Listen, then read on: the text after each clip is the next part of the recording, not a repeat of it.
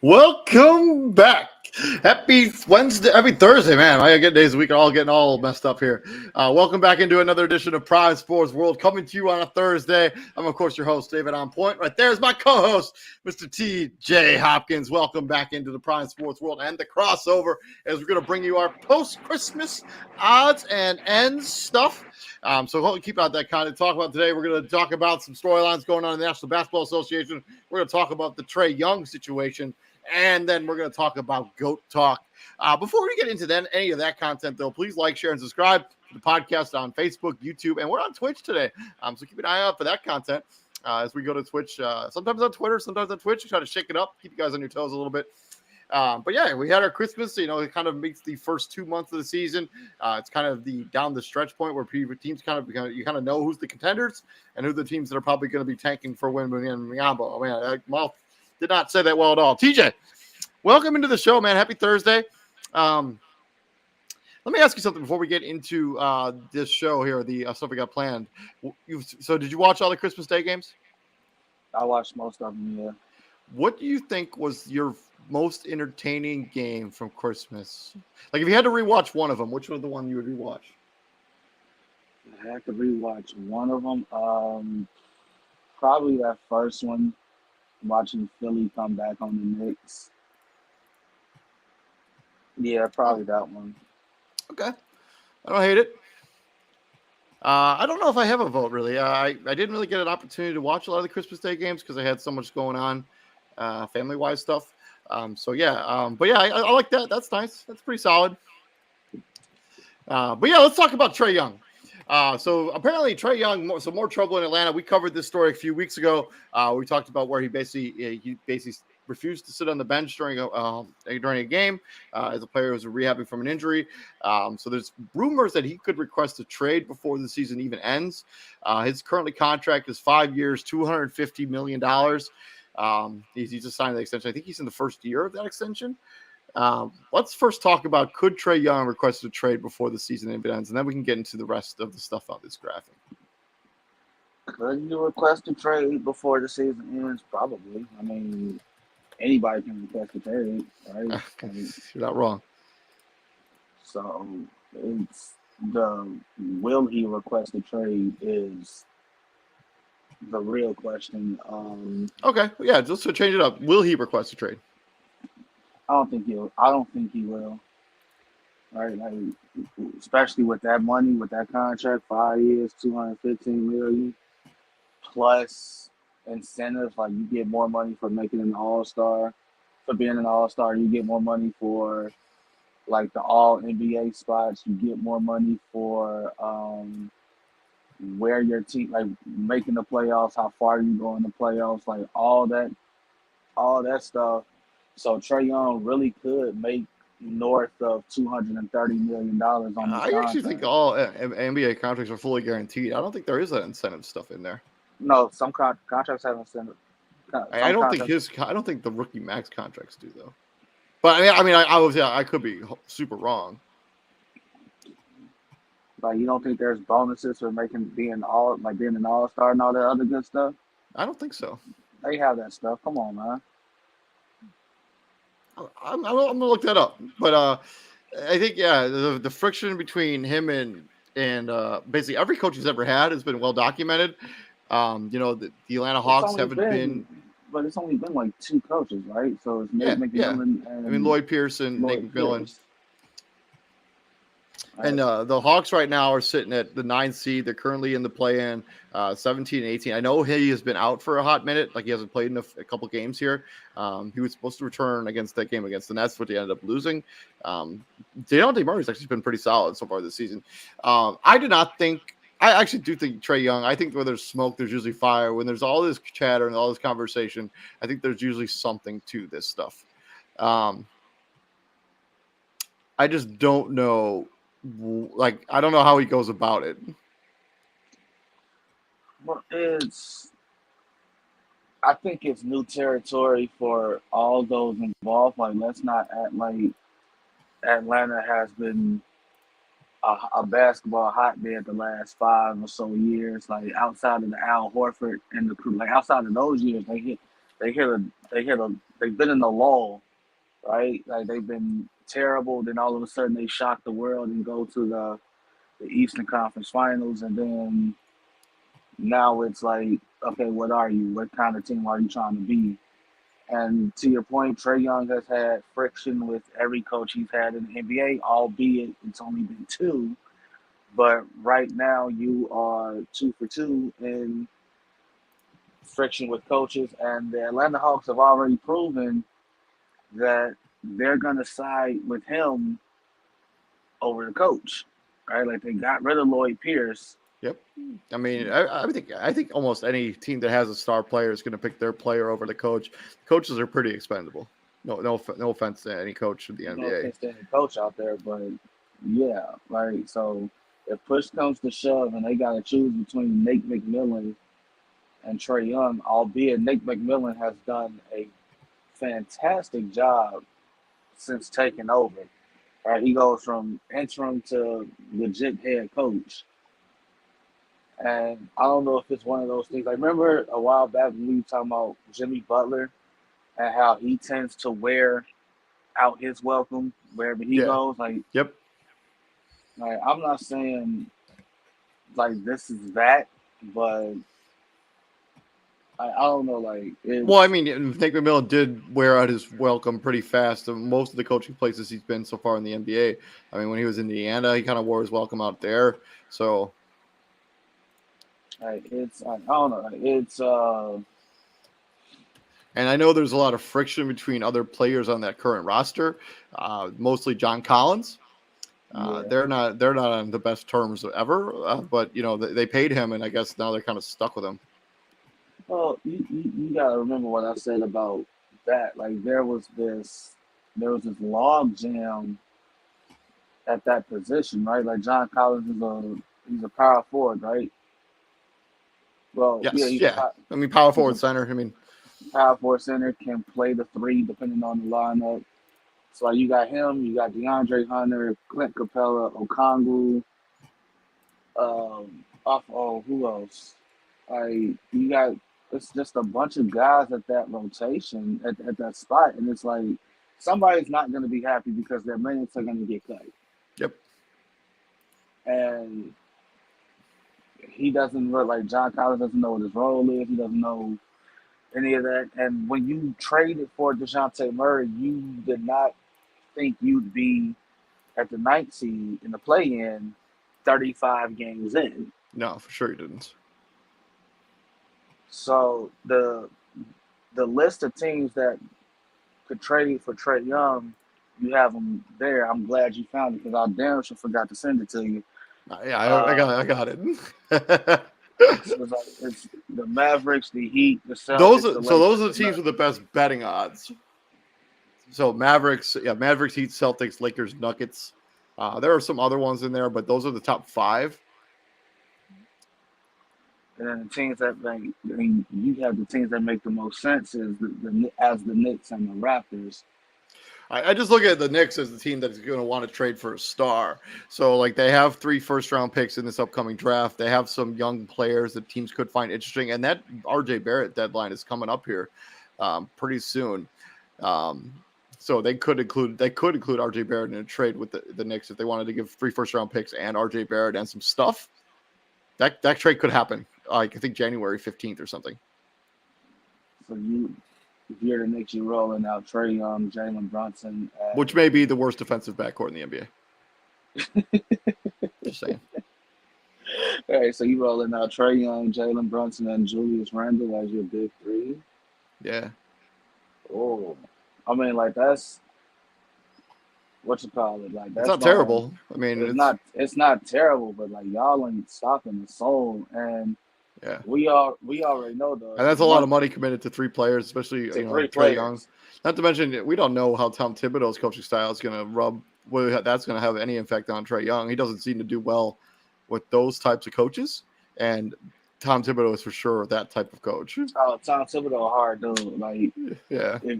like we already like he already said it there. Like yo, if you don't play defense, then you're not forget playing. Like you won't forget And about then it. and then the Raptors make some sense because if Atlanta still wants to be competitive, they have pieces they could trade to Atlanta because they don't have their own picks, right? Because of the Dejounte Murray trade.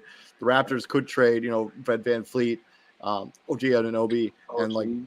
as a couple picks, maybe even like I don't think they include Scotty Barnes, even though he has plateaued a little bit. I know it's only his second season, but he hasn't been as good as people thought he'd be when they refused to include him in Kevin Durant trades. I bet they're actually kind of regretting that decision right now, but that's neither here nor there. But the major question is, so looking at the possible trade destinations, basically the odds, like the Mavericks don't make a whole lot of sense because they don't really have draft capital to trade for him, and they don't have Like, I mean, Jalen Green and Jaden Hardy, I don't think that's enough. Or Josh Green and Jaden Hardy, I don't think that's enough of young assets to No, it's trade. not The Heat, for Trae Young. I don't know if you're trading a team in your own, not only in your conference, in your own division. I don't think you're trading them to the Celtics. The Lakers have no assets whatsoever unless they're going to give up those picks. And is Russell Westbrook in 2 first enough again? I don't think so. Denver is interesting. They do have control of their own trade assets. I believe they could offer Jamal Murray and MPJ maybe a first for Trae Young. I don't know if I would do that if I was the Nuggets. I don't know.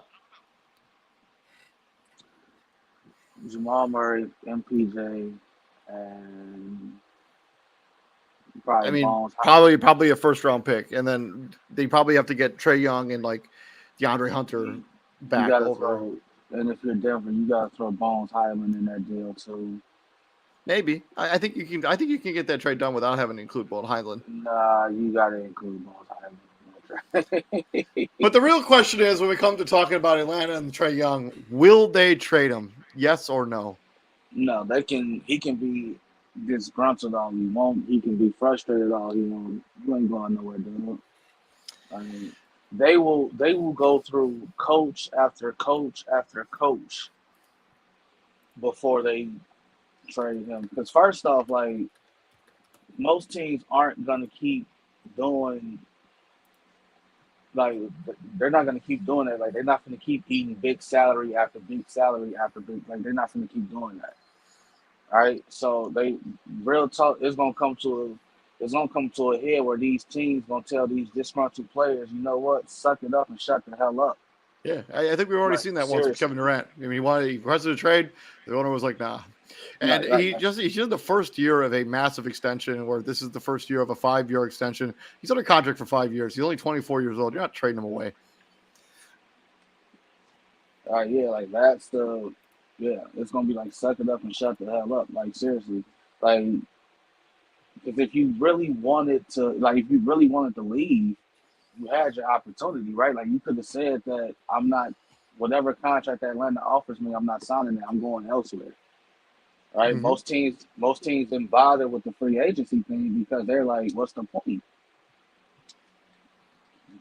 Like I'm like yeah, because like it's you got the most like Atlanta had the bad level. Atlanta can offer you the most money, so they did that. Like if you were that unhappy, you could have just said no, I don't want to be here. Yeah, I But mean, you but he didn't do signed the that. contract. They were coming off an Eastern Conference Finals, I think. So I mean, like, it made a lot of sense to sign that contract. But now you're in the first year of it; things aren't going as well. You have a little bit of buyer's remorse. There's no way the Hawks trade him. I would be, unless they like somebody came to the table with like a blowaway deal. I'm not even Like sure what. this is also one of those deals where it's not gonna just go down between the Hawks and one team. This is gonna be a multi-team trade. Like It's going to there's gonna change be a it multi. will change the landscape of the National Basketball Association. Whenever if he does get traded during this season, the landscape of the NBA is going to change because trading a player who's just in the first year of a massive rookie max extension is like unheard of. Yeah, this is a multi-team trade. This is one of those multi. This is like one of those 3-team, 3-4-team, 12-player trade things that go down. Yeah, I agree with you on Right? that front. I honestly don't think there's a chance in hell the Atlanta Hawks trade Trae Young before the season's over. There's no way Oh God, no. because they don't have their own assets unless they get. And even if they traded Trae Young, like if they trade for draft picks by giving the other team a Trae Young, you're immediately making those draft picks less valuable. Yeah, because you're gonna be wherever he goes, you're gonna be Correct. picking later in the draft. By that point, the talent Yeah. pool Yeah. So probably we'll gonna see. be gone. We'll continue to follow this situation there in Atlanta as it continues to develop. Yeah, we've been following the basis since the beginning. We first talked about Nate McMillan and the friction, and now these rumors come out. I do think there is a chance that he does request a trade this season, but I do not think they will grant it. Moving on from this, let's talk about NBA conversation stuff. Let's do something, nothing, everything. Let's first start with history being made in the National Basketball Association last Tuesday, where Luka Doncic threw up a 60-20-10 It also erased a 9-point deficit in the last 34 seconds of regulation, something that has never been done in the history of the NBA, where a team erased 9 points in 34 seconds. Also, the stat line is just absurd. I think it's the first ever 60-20 rebounds game ever. Outside of maybe Wilt Chamberlain doing it with his absurd number. I don't think Wilt changed it because he had a 53-30 game, but I don't think he ever had a 60-20. He did something with triple-double. And he did something for since Wilt Chamberlain. This is something, nothing, and everything for this performance by Luka Doncic on Tuesday night. 2 days after the Dirk Nowitzki statue got unveiled, which is just... it's definitely something. This is you can't help but think about what you call it. It's funny that we're talking about this. We opened up with this one, right? And we just got done talking about Trae Young. Going back at it, like we said, this is a draft day trade that was a win-win for both parties, right? Dallas got their guy, Atlanta got their guy, and I understand that Atlanta went to an Eastern Conference Finals, but so did Dallas. So did Dallas. You have to ask yourself, with all the turmoil that's starting to surround Trae Young, is it still a win-win? I would say no. Right? At this point, I mean, Luka Doncic is in the MVP conversation. Is anybody talking about Trae Young in the MVP conversation? Nah. No. So it's definitely something when you throw your name into the history books, and it's something that Wilt Chamberlain didn't even do. Yeah. It's pretty damn impressive. Yeah, this is for sure something for me. It's an impressive stat line. It's really an impressive game for him. It's just one of those other impressive season things he's done. Moving on to the next one. We got 5 of these today. The next one is about the Phoenix Suns and Devin Booker, who's only played 4 minutes in the Phoenix Suns' last 5 games. He's expected to miss the next 4 weeks with the groin injury. Something, nothing, everything when it comes to Devin Booker being out for 4 weeks, as they have lost. They're 4-6 in the last 10. They're 5 seed in the Western Conference. Everything. It's everything. Right? He's the franchise. He's it. Right? What more needs to be said? He's it. I agree with you. I think this is everything. They've shown that they cannot win consistently when they do not have Devin Booker on the floor, because Chris Paul just can't bring it the way he used to. He's just not the same guy anymore. This is everything for me. Yeah, this is to the third. This is involved D'Angelo Russell and some beef with Zion Williamson. His comments after they played yesterday. D'Angelo Russell on Zion Williamson. He's playing football. We're playing basketball. He's critical of how the refs allow Zion to play with so much physicality. Something, nothing, or everything. It's the same time where he attempted 19 free throws in the game, a season high, and scored a career high 43 points as the Pelicans beat the Timberwolves 119-118 on Wednesday night. How can I?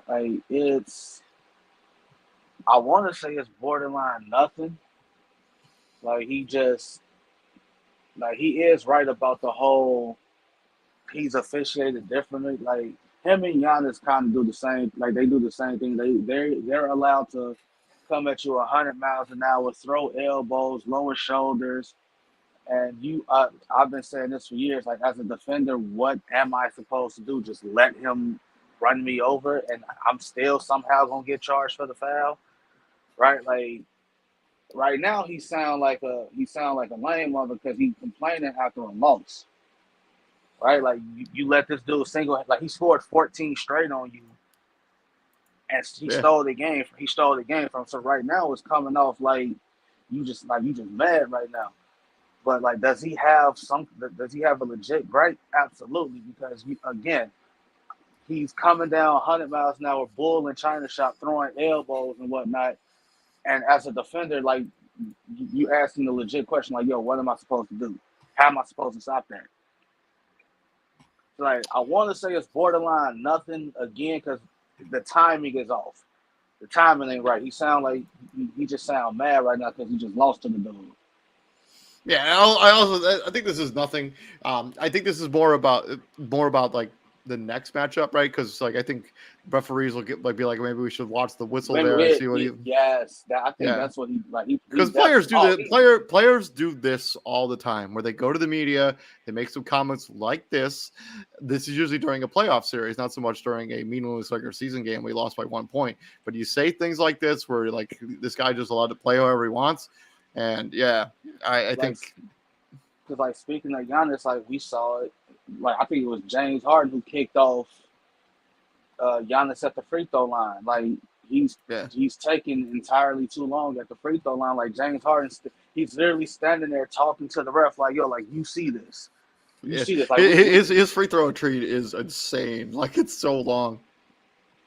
like he like yeah, like we done had a whole conversation, and then like Yeah, after that happened, that's when you started seeing all right, 10-second violation, 10-second violation, 10 second like when the yeah. crowd has to do a countdown for you to shoot the free throw, like yeah, it's ridiculous. But yeah, again, he Borderline just nothing. sound yeah, it's borderline nothing. It's borderline nothing. Moving on to the next storyline, we're gonna stay in the Western Conference. This time, we're gonna talk about Ja Morant.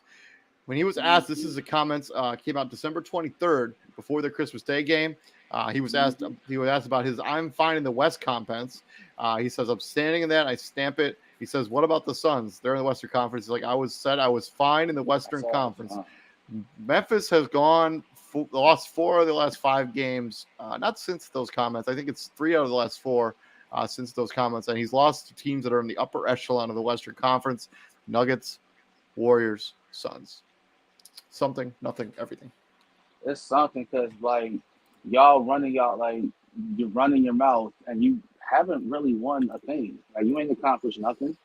Yeah, they haven't even made it out. Barely made it out of the first round last season. Like you ain't accomplished nothing, bro. Like you running your mouth. You ain't got no MVP to your name. You ain't got none of that to your name, bro. Like you're writing checks that the organization as a whole has to cash. Like, do I love the confidence? Absolutely. Love the confidence. I love it. I have no issue with that. But at the same time, it's like, yeah, you can say that, but you haven't won anything, right? Like him talking about like the minute he lose to the Warriors, they talking about all right, we need that on Christmas Day. Like, bro, like you lost to them. Right? This is definitely something for me, because anytime you give a team like the Phoenix Suns, who've been in the finals, or Golden State Warriors team that's been to the finals and won a title, you give them bulletin board material. It's just something you shouldn't do to teams that have the because moxie of those two franchises, especially when you haven't won anything. You don't have an MVP in it's your trophy so like case. here's the thing, right? Here's the thing. It's not even teams like that, right? Like it's the well, yeah, it's literally everybody else, right? So I mean, the Nuggets. I mean, you give it's right. It's any teams any like any of those teams that are like, fending, like the Clippers, any of those playoff bound teams in the Western Conference, because you're so going it's to like get their best. You're like, oh, you think right. you just have the West? Like, no, we're here. We're not going anywhere. And again, I think in order for him to feel like that, like don't you think you should, I don't know, win the West first Yeah, right. Yeah, like before you say something like that? Like shouldn't you? Like Luka Doncic and Ja Morant have the same Western. Like, no, they don't even have the same Western Conference Finals appearance. Luka Doncic has some. yeah. Luka Yeah, went to the Western Conference Finals. John Morant's never done that. He's only made the playoffs once in his career, once. or twice maybe. That season where they got swept by the Warriors or whoever, that one season. So it's like, no, like you gotta accomplish a lot more. Like you gotta do a lot more. Yeah, I totally agree with you. Then the final storyline that we were following is this New York Knicks storyline, where they're going to be forced to lose a 2025 second-round draft pick after the Jalen Brunson tampering investigation found that the league. I can't, but the league, yeah. So they basically fined him a 2025 second-round pick. I picked on an article I can't actually read any more about, so I don't actually know what the findings were on the investigation. But the end all be all 2025 second-round pick, QJ. It's everything because it doesn't hold weight like the NBA think it does. Like again, this team hired the player's father on the staff. They actively recruited him while he was a member of another team, and only thing it cost them was a second round pick. So other teams are going to look at that like this. I can go out, I can do all of that, and the only thing I'm going to have to worry about losing is a second round pick. There's nothing. This is literally nothing. Like you give a slap on the wrist for a team that went above and beyond to tamper on the player, and literally this is nothing. Teams are just going to continue doing what they're doing, See, like the like way so, like that, that's what I'm saying. Like it's something because like the NBA had a chance to they set a did. precedent, and they dropped the like. Well, I ain't gonna even say it's something. It's everything because the NBA had a chance to set a new precedent. Like, no, you cannot actively recruit a player while he's still playing on another team. You cannot hire a player's family member in hopes of enticing him to come play for your team.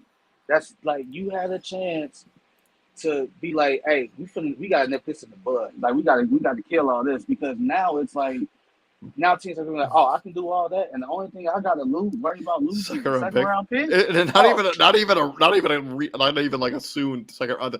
3 years from now. 3 years from now. Yeah, this is totally nothing for me. It's a slap on the wrist. I always kind of felt like this is the way things were going to shake out. The NBA just doesn't care. The player movement is exciting for them. It drives revenue. It makes them money. If they continue to make money off players moving in different locations, they're going to continue to make money off of it. But it's like again, like that's just like it just shows me that they care about the wrong thing. Like Yeah, they focus on the wrong thing. Like and again, I'm all for player mobility, but when you go through those lengths to get it, like dude, again, yeah. you had a chance to set a new precedent, and you completely dropped the ball. You 100% dropped the ball. Totally agree with you on that front. Moving over now to the final thing, we got the GOAT talk. Me and TJ's favorite segments here on the crossover. If you don't already know, this is where we shine two players, put their careers up against side by side, give some shine some players that didn't necessarily get the shine they deserved while they were in the National Basketball Association. That's what this segment is for. And TJ has today's GOAT talk. Okay, so 1 second, let me pull up the other player because it somehow got deleted. Somehow got what you call it. There you go. Okay, so player one was a second round draft pick. Get this in 1981 out of Oh, come on. I'm BYU. never Yeah, gonna get this. you might you might no like seriously you might. He was a guard. Okay. Second second round pick in 1981 by Boston. Played from 81 to 95. Played for the Celtics, the Kings, the Trailblazers, and finished off with the Phoenix Suns. Was a two-time champion, a one-time NBA All-Star, won a bunch of stuff in college, like won the Wooden Award in '81. What's the players? He was the coaches player of the year in '81, All American in '81, WAC player of the year because he went to BYU. So whatever, yeah. His numbers retired by BYU. Career points 11,964. That's 11 and a half a game. Assists 4,199. So you couldn't get one more assist to get 4,200, really. But anyway, that's 4 assists a game. And then he averaged he has 1,133 career steals. That's 1.1 steals. Basically a steal a game. He's also a exec. He's an executive. I'm not gonna say for what team because that's a dead giveaway.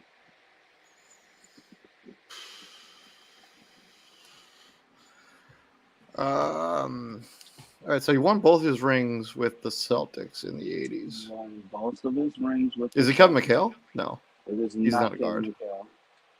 Kevin McHale He's also also has more than 2 rings. he's also not an exec. Okay.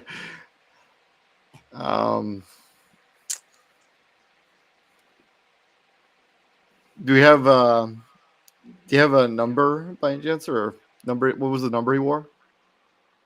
He wore multiple numbers. Oh, okay. So you can't tell me. Yeah, I don't know who this is. I can. You are gonna kick yourself when I tell you who this is. Why? You're in the right because you're in the right ballpark of like the Kevin McHale like era. You just gotta keep thinking of the players that played on that team. I mean, John Sally. It's not John Sally. John Sally also didn't play for the Celtics. I don't think now. I know, but I'm just trying to think of players that are I said executives. played that played on that team that played on those Celtic teams.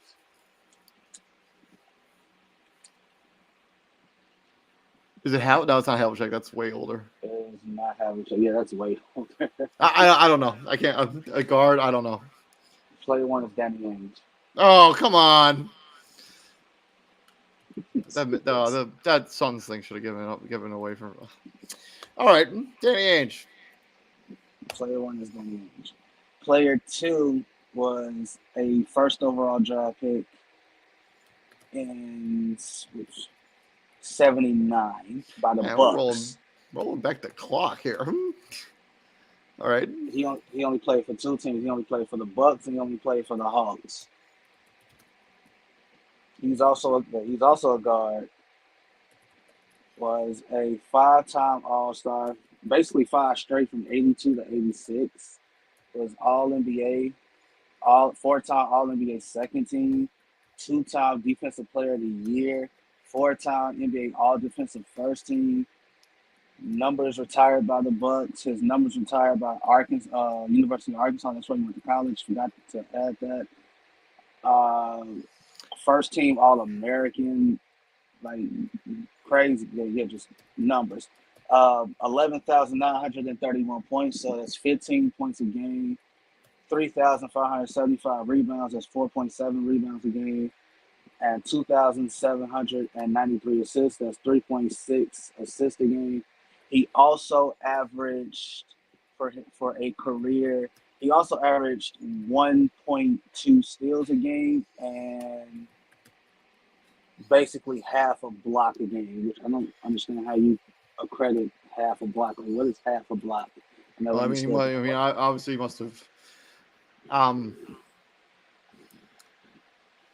So these older players are like super out of my wheelhouse. I can't think of any. I literally have. So what did you play from? What 79 to 80 to 90? What 91? 79 and 91, basically. Yeah, 79 and 91. Most of it was with Milwaukee. Milwaukee because he only played that 1 year in Atlanta.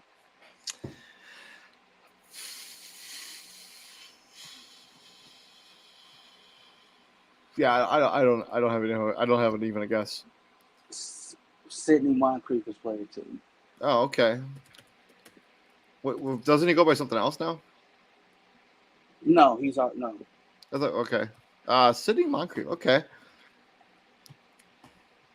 I don't know enough about Sidney Moncrief. Frankly, I don't know enough about either of these two basketball players. But I will. Sidney Moncrief really. All right. So Sidney Moncrief is definitely.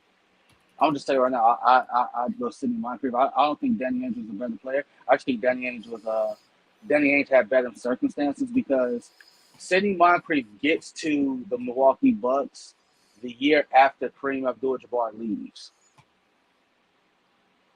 Right? So it's like I missed that boat by like 1 year. I missed that boat by 1 year. So because of the numbers that they put up, if you flip Sidney Moncrief and put them on those Celtics teams, they were already virtually unstoppable.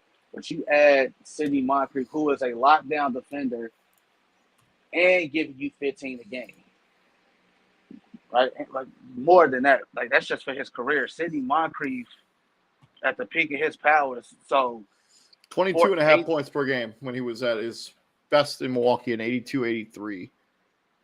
And he was 22 and a half, 20, 21, 20, and then it just went down. And I think he just started getting hurt. So you got that. Like, so Sidney Moncrief was really a part of those early Bucks teams that used to give the Bulls and Michael Jordan the work. They used to beat their ass because they would literally just throw Sidney Moncrief on Jordan and make him work for everything. And the other guys around Mike weren't at that level to elevate themselves and take the load off and be better. And then this is another guys that we talk about these crazy minutes that players used to play in the NBA. Like his playoffs in 82, 42 minutes a night. There's a reminder. There's 48 minutes in the game. Yeah, so yeah. I'll go Sidney Moncrief too. He's for sure had a much better. He had a better career. I mean, like Danny Ainge obviously won the, but he was basically just riding the coattails of those Boston Celtics team. He was never really a difference maker, in my opinion. He was okay in those Phoenix teams though that went to the finals with Charles. With yeah. So it's like, and I'm glad you said it because most people choose the player with the rings, and it's like not accounting for the circumstances of those rings. Yeah. Yeah, I'm gonna roll with Sidney Moncrief. I like that. That's a flat throwback, man. Both of those guys, definitely outside of my wheelhouse when it comes to my NBA knowledge. My knowledge of the M. But by the way, so real quick, before we get out of the show, go ahead. Sorry, I'm not meaning to cut you off. No, go ahead. Go ahead. Did you? I don't know if you saw the message in the group chat that I sent you earlier about that Pirtle game. Have you played that? No. What is that? I'm going to pull it up right now. I'm going to share my screen and pull it up. It is like you've played Wordle, right? Do you play Wordle? I've dabbled with it, but I know what it is. All right, hold on. Put Google.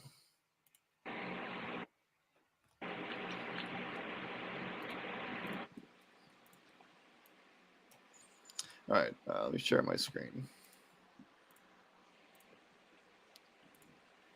So prepare to lose a bunch of time out of your life. Maybe not a bunch of it, but some of it. All right, where is it? Google Firefox. Okay. All right. So if I type in Pirtle, like Jakob Pirtle, right? Yeah. It pulls up this game, the NBA player guessing game. Okay. And you have to guess the mystery player. So I've already done today's. It's you get one a day. So I've already done the one for today. So you just start by guessing any current NBA player. Let's try it.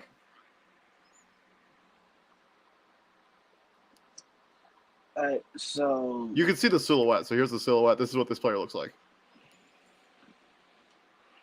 That looks like Pokuševski. Okay, I don't know how to spell that. Was it Poku? No, I can't spell that, dude. Poku. All right, Pokuševski. All right, so you got two right. He plays in the Western Conference. He's a forward. He does not play for Oklahoma City. He does not play in the Northwest. He's shorter than 7 feet tall. He's older than 21. His number is higher than 17. You get 8 guesses at this. So he's in the West. He's a forward in the West. Shorter than 7 feet tall. What's the thing about the number? So his number, the number he wears, is higher than 17. Higher than 17. And he's older than 21 years old. And Poku's only 21. That's wild. Higher than 17. Just want to say I got this in 3 guesses when I did this earlier today. So you got this in 3 guesses? Yeah. How did you get it in 3 guesses? What were your? I'll tell you afterwards. It's pretty cool. It's pretty impressive the way that this all worked out.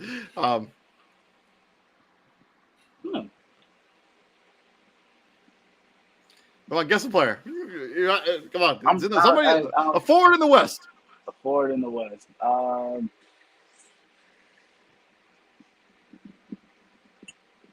Aaron Gordon. I'm just throwing the name out there just to. All right. So Okay. he does not play for Denver. He's not in the Play for Northwest. Denver. He's I, older I, than I 20. got He's that older wrong. than 27. His number is less than 50. But he is 6'8". But he is 6'8". Doesn't play in the Northwest. Aaron Gordon's older than 21, obviously. His number's But less than 50, but the player you're looking for is number 20, older than 27. older than 27. Yeah. Lower than 50, but higher than what's Poku's number 17? Yeah.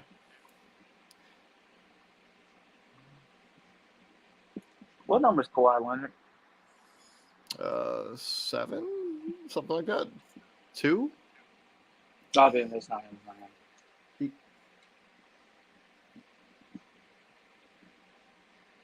Damn, I don't know. Well, you just guess, man. As you guess, you get closer to stuff. So you got 3 guesses, man. Just guess somebody. We should do this on a day where I haven't already know the answer. All right, here we go. This is how I got it. All right, so this was my first guess. Okay. All right. So I got them all wrong. Right. All right. My second guess was. Can you get this now? West Pacific. What's the yellow? That means I got them wrong. These are ones I had right earlier, but I've gotten wrong since.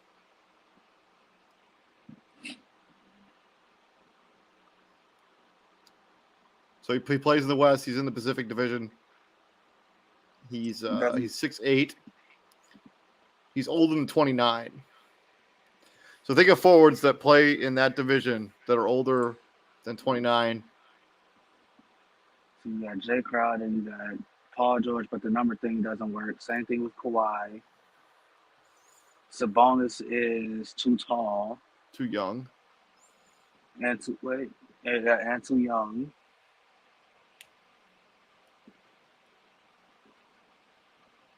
Why am I drawing the blank right now?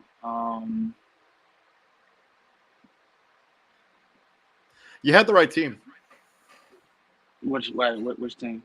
You had one of those teams that you mentioned that one of those players plays on was the player that they're looking for. Was it Jay Crowder? It's not Jay Crowder. Not Jay Crowder? No. He's he's younger than 32. Jay Crowder's only 6'6". They make him look so much better on TV. So they get you. Right? I'm not gonna get this. You got 2 more guesses. Come on, you're in Pacific position. I'm not gonna get it. You will. And I'm probably gonna kick myself when All right, here's the first letter of his last name. It's B. Yeah. First.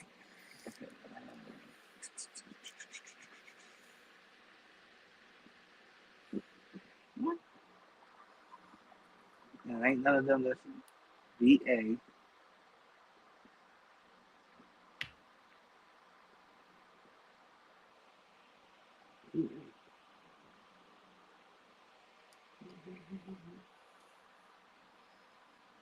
Can I buy a vowel? So there is another E in his name.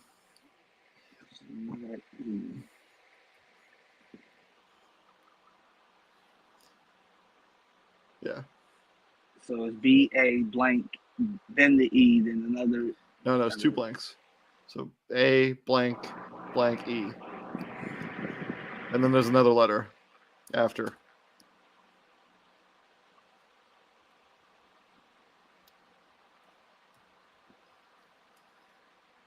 Jesus Christ.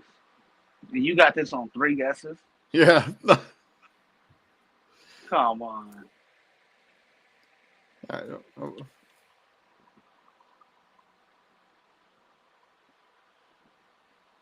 Is it Harrison Barnes?